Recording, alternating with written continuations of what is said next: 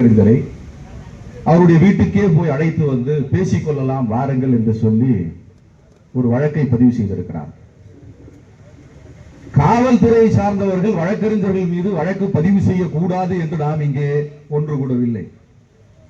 சமத்துவ பெரியார் முத்தமிழறிஞர் தலைவர் கலைஞர் இந்த நாட்டில் கைது செய்யப்பட்டிருக்கிறார். இதய தெய்வம் புரட்சி தலைவி அம்மா என்று மக்களால் போற்றப்பட்ட செல்வி ஜெயலலிதா இங்கே கைது செய்யப்பட்டிருக்கிறார். கைது நடவடிக்கைக்கு அப்பாற்பட்டவர்கள் என்று இங்கே யாரும் இல்லை. யாரை வேண்டுமானாலும் கைது செய்யலாம். அதற்கென்று ஒரு நடைமுறை இருக்கிறது, வழிமுறை இருக்கிறது. அந்த வழிமுறைகளை நடைமுறைகளை நாம் ஏற்றுக்கொண்டிருக்கிறோம். அதை ஏற்றுக்கொண்டு கைது நடவடிக்கையை மேற்கொள்ளலாம். இந்த வழக்கை பொறுத்தவரை அரசு அதிகாரிகளை செயல்பட விடாமல் சசிகுமார் அவர்கள் தடுத்தார் என்பதுதான் வழக்கு. புகாரை கொடுப்பது காவல்துறையை சார்ந்தவர்கள். வாக்குவாதம் நடந்ததும் காவல்துறைக்கும் வழக்கறிஞர்களுக்கும் இந்த வழக்கில் கைது செய்ய வேண்டிய அவசியம் இல்லை என்பது படித்தவர்களுக்கு தெரியும். காவல்துறையில் பணிபுரிகிற கள அனுபவம் என்ன என்பவர்களுக்கு தெரியும். சட்ட ஒழுங்கை நானே பாதுகாப்பேன், வழக்கறிஞராக இருந்தாலும் சரி, யாராக இருந்தாலும் சரி, நானே 150க்கும் மேற்பட்ட காவலர்களை கொண்டு போய் நீதிமன்ற வளாகத்தில் நிறுத்தி எப்படி ஒரு வழக்கறிஞரை கைது செய்து காட்டுகிறேன் பார் என்று சினிமாவை பார்த்த இளைஞர்கள் கெட்டு போகிறார்கள் என்று நாம் வருத்தப்படுகிறோம். ஆனால் சினிமாவை பார்த்து ஒரு டிஎஸ்பியே இப்படி கெட்டு போயிருப்பது நமக்கு வருத்தமாக இருக்கிறது. சினிமாவில் வருகிற கதாநாயகர்களை போல செயல்பட்டு பேரெடுக்க வேண்டும் என்று அவர் செயல்பட்டிருக்கிறார். அவரை பார்க்கிற போது நமக்கு சிங்கம் போலீஸாக தெரியவில்லை, சிரிப்பு போலீஸாகத்தான் தெரிகிறார். அவரை பார்க்கிற போது சாமி போலீஸாக தெரியவில்லை, மடச்சாமி போலீஸாகத்தான் நமக்கு தெரிகிறார். எங்கேயாவது ஒரு வழக்கறிஞர் பணி செய்கிற இடத்தில் அவர் எங்கே தினமும் வருவாரோ அங்கேயே 150 காவலர்களை கொண்டு வந்து நான் கைது செய்து பார்க்கிறேன் என்று சொல்லுகிறார் என்றால் அடிப்படையில் வெளிப்படையாக சொல்லுகிறேன், டிஎஸ்பியை தவிர்த்து எஸ்பி தொடங்கி கடைநிலை காவலர் வரை இதில் யாரும் உடன்படவில்லை என்பதுதான் உண்மை. நாம் எல்லோரிடத்திலும் பேசுகிறோம், யாரையும் நாம் காட்டி கொடுக்க போவதில்லை. யாரிடத்தில் பேசினாலும் அவர்கள் சொன்ன ஒன்னே ஒன்று, சார் இது தேவையில்லாதது, சார் தேவையில்லாத சர்ச்சையை ஏற்படுத்துகிறார், தேவையில்லாத குழப்பத்தை ஏற்படுத்துகிறார். சட்ட ஒழுங்கை பாதுகாக்க வேண்டும் என்று சொல்லுகிற புகழேந்தி அவர்களே, நீங்கள் அடிப்படையில் சமூக ஒழுங்கை புரிந்து கொள்ள வேண்டும். சமூக ஒழுங்கு என்பது கள நிலவரத்தில் இருப்பவர்களுக்கு தெரியும். இங்கே வருகிற கோர்ட்டாளிகளுக்கு தெரியும், இங்கே இருக்கிற சப் இன்ஸ்பெக்டர்களுக்கு தெரியும், இங்கே இருக்கிற இன்ஸ்பெக்டர்களுக்கு தெரியும். காரணம், அவர்கள் களத்தில் இருக்கிறார்கள், ஒரு அமைப்பு முறையை புரிந்து கொண்டவர்களாக இருக்கிறார்கள். ஒரு நீதிமன்றத்துக்குள்ளே வருகிறோம் என்றால் அது எப்படி இருக்கும், யார் இருப்பார், சங்க தலைவர் இருப்பார், சங்க தலைவரிடத்தில் பேசுவோம். ஒருவேளை அண்ணன் சசிகுமாரை நீங்கள் கட்டாயம் கைது செய்ய வேண்டும் என்கிற அழுத்தம் இருந்திருக்குமே ஆனால் மாலை 6 மணிக்கு மேலோ அல்லது 7 மணிக்கு மேலோ அல்லது இரவு நேரத்திலேயோ JM2 அவரிடத்தில் பேசி எங்களுக்கு அரசியல் நெருக்கடி இருக்கிறது, நான் இதை கட்டாயம் செய்தாக வேண்டும், சங்க தலைவரிடத்தில் பேசி நீங்க எப்படியாவது பிணையை பெற்றுக் கொள்ளுங்கள், நான் ஒரு ஃபார்மாலிட்டிக்கு இதை செய்யறேன் என்று அவர் செய்திருக்கலாம்.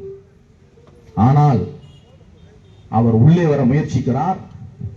வழக்கறிஞர்கள் யாரும் அவரை ரிமாண்ட் செய்யக்கூடாது என்று நாம் தடுக்கவில்லை. டிஎஸ்பியை வெளியேறு என்கிறோம். 150 போலீஸை கொண்டு வந்து நான் இன்னைக்கு என்ன செய்கிறேன் பார், எப்படிப்பட்ட சாதனை செய்ய போகிறேன் பார் என்று சொல்லி அவமானப்பட்டது யார், அசிங்கப்பட்டது யார்? இன்ஸ்பெக்டராக இருக்கிற நீங்கள் உள்ளே வரலாம், ஆனால் டிஎஸ்பியை வெளியே போ என்று சொன்ன போது நீங்கள் படித்த படிப்பு என்னானது? நீங்கள் உடுத்தி கொண்டிருக்கிற உடைக்கு அது மரியாதையா? உள்ளபடியே நான் வெட்கப்பட்டேன். காக்கி சட்டை என்று சொன்னால் பயமுறுத்துவதற்காக அல்ல.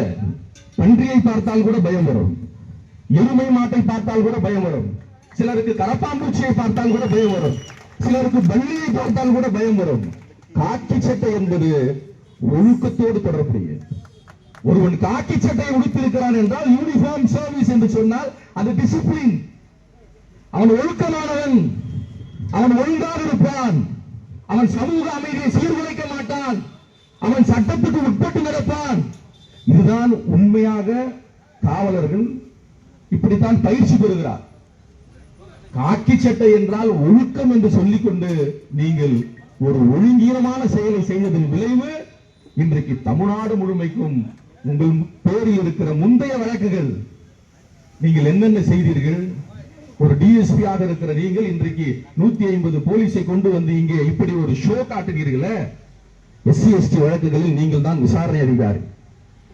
எஸ்சி எஸ்டி வழக்குகளில் நீங்கள் தான் விசாரணை அதிகாரி. எந்த வழக்கில் இப்படிப்பட்ட ஒரு முனைப்பை நீங்கள் உங்கள் வரலாற்றில் காண்பித்திருக்கிறீர்கள்? ஒரே ஒரு வழக்கிலாவது சமூக பதட்டத்தை உண்டாக்கியவர்களை இப்படி 5 போலீஸ் 10 போலீஸ் 100 போலீஸ் என்று குவித்து கைது செய்திருக்கிறீர்களா? எல்லாமே 482 டைரக்ஷன்ல வந்து சரண்டர் ஆயிட்டு போறான். அந்த வழக்கை மட்டும் நான் குறிப்பிட்டு சொல்வதற்கான காரணம், பொறுப்பதிகாரியாக இருக்கிற நீங்கள் அந்த வழக்கில் கவனம் செலுத்தவில்லை. இன்ஸ்பெக்டர் கவனம் செலுத்த வேண்டிய வழக்கில் நீங்கள் ஆர்வம் காட்டுகிறீர்கள். இப்போது கூட சொல்லுகிறார்கள், நடராஜ் என்கிற அந்த இன்ஸ்பெக்டருக்கு டிஎஸ்பி நெருக்கடி கொடுத்திருக்கிறார் என்று சொல்லுகிறார். அவர் யதார்த்தத்தை தெரிந்தவர், களத்தில் இருக்கிறார். ஒரு வழக்கறிஞரை கைது செய்தால் என்ன ஆகும் என்று அவருக்கு தெரியும், உங்களுக்கு தெரியவில்லை. நீங்கள் JM2வில் பெயில் போய் கொண்டிருக்கிற போது, பேசிக் கொண்டிருக்கிற போது மூத்த வழக்கறிஞர்கள் வருகிறார்கள். சங்கத்தின் தலைவர் இருக்கிறார், செயலாளர் இருக்கிறார், பொருளாளர் இருக்கிறார், அண்ணன் பழனிசாமி வருகிறார். எல்லோரும் பேசுகிறார்கள். பேசிக் கொண்டிருக்கிற சூழலில் நீங்கள் போய் சிஜேஎம் அழைத்து வருகிறீர்கள். அவர் ஒரு மரியாதைக்குரிய பொறுப்பில் இருக்கிறார்.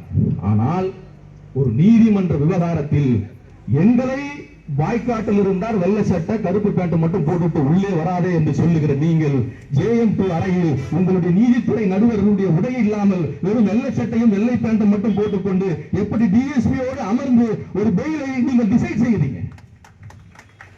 எப்படி உங்களால் அப்படி உத்தரவு பிறப்பிக்க முடியும்?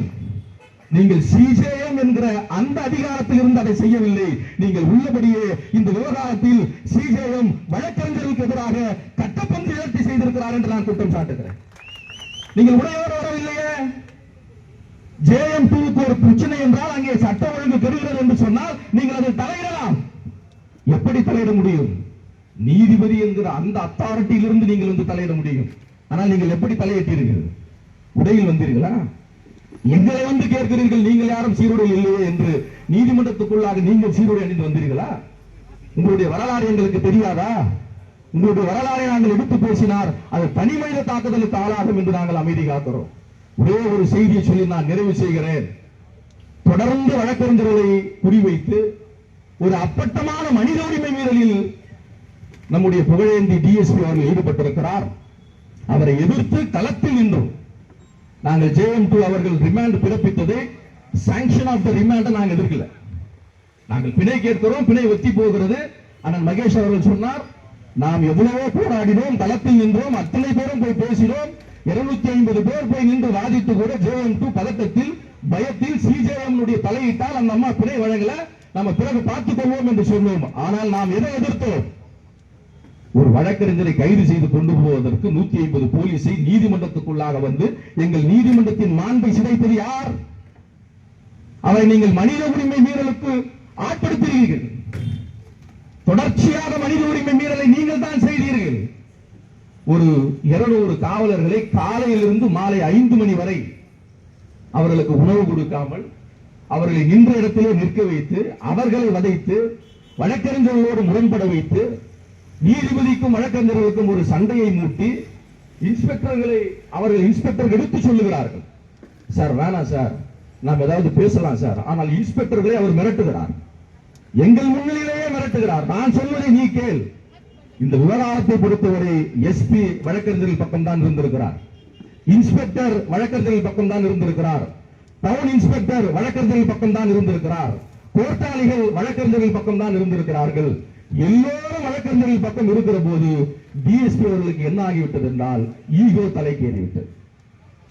அவர் சட்டத்தை படித்து வந்த போலீஸ் இல்லை, சினிமாவை பார்த்து வந்த போலீஸ். அதனால் சினிமா போலீஸை போல அவர் இயங்கி செயல்பட்டு இன்றைக்கு அவமானப்பட்டிருக்கிறார். ஒன்றே ஒன்று சொல்லுகிறேன், காக்கி சட்டைகளோடு முரண்பட்டு காக்கி சட்டைகளோடு ஒரு யுத்தம் நடத்தி நாங்கள் ஒன்றை உலகுக்கு நிரூபித்திருக்க முடியும். தமிழ்நாடு முழுமைக்கும் இருக்கிற காவல் நிலையங்கள் மட்டும் கழிப்பறைகளில் வடக்கி குற்றவாளிகள் கை கால்களை உடைத்துக் கொள்ள மாட்டார்கள். எங்கள் நீதிமன்றத்தில் இருக்கிற கைவரைகளும் கை கால்களை உடைக்கும் என்று எங்களால் நிரூபித்திருக்க முடியும். வேண்டாம், தலைவர் அவர்கள் சொன்னதினால் நாங்கள் கட்டுப்பட்டோம். எங்களை அடங்க மறுத்து அத்துமீறி திமிரி எழுந்து திருப்பி அடிக்க வைத்தார்கள். வரலாறு வேறு ஒரு கதையை சொல்லும் என்று சொல்லி பாதிக்கப்பட்டிருக்கிற தம்பி சட்ட முனீஸ்வரன், அரவேந்தன் பிரேம்குமார், சகோதரி கவிதா இவர்கள் மூவரையும் திட்டமிட்டே காவல்துறை அவர்களை தாக்கியிருக்கிறது. இவை அனைத்துக்கும் என்றைக்காவது ஒரு நாள் நீங்கள் பதில் சொல்லியாக வேண்டும். விழுந்த பலிகளை கணக்கில் வைப்போம், விடுதலை போரில் கடனை அடைப்போம் என்று சொல்லுவார்கள். உங்களிடம் நாங்கள் கடன் பட்டிருக்கிறோம். டிஎஸ்பி அவர்களே, எழுதி வைத்துக் கொள்ளுங்கள். இன்றில்லை என்றாலும் ஒரு நாள் அந்த கடனை நாங்கள் திருப்பி அளிப்போம் என்று சொல்லி வாய்ப்புக்கு நன்றி பாராட்டி விடைபெறுகிறேன். நன்றி, வணக்கம்.